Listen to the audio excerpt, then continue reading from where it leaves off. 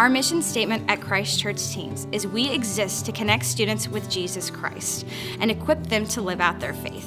Our primary focus has been all about evangelism. We have challenged our students to invite their friends to join us at youth group so then we can share the gospel message with them.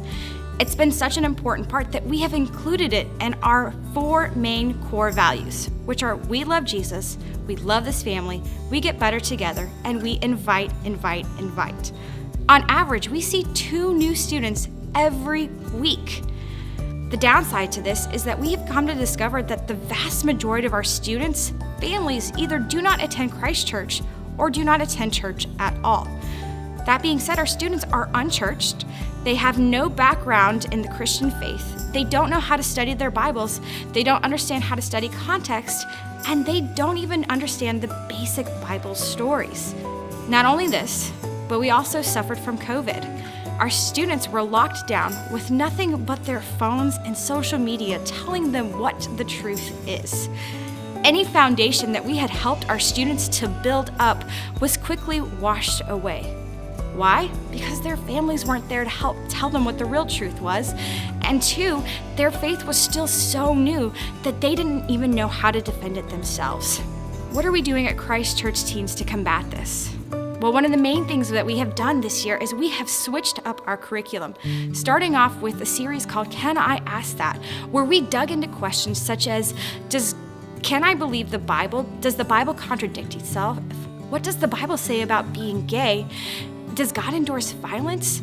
And does God discriminate against women? And other questions such as that. We took them through these questions, but instead of just answering them, we posed these questions, had the students discuss it among themselves, walked them through scripture, and had them figure out the context of what the Bible is actually saying about these specific topics. Our students learned how to study their Bibles on questions that they have either been asked by other people or are asking themselves. With that being said, we were able to see the success of this lesson by our next series when we walked our students through a night of worship, a night of prayer, a night of service, and a night of evangelism, where they had to defend themselves, defend their faith, defend their beliefs, walk through prayer with themselves, with a partner, and with their group. And we got to see them pour their hearts out in service, not just by packing bags for our blessing bags for the homeless, but also by praying over these bags and writing detailed notes of encouragement and scripture. Another thing we have changed is our events.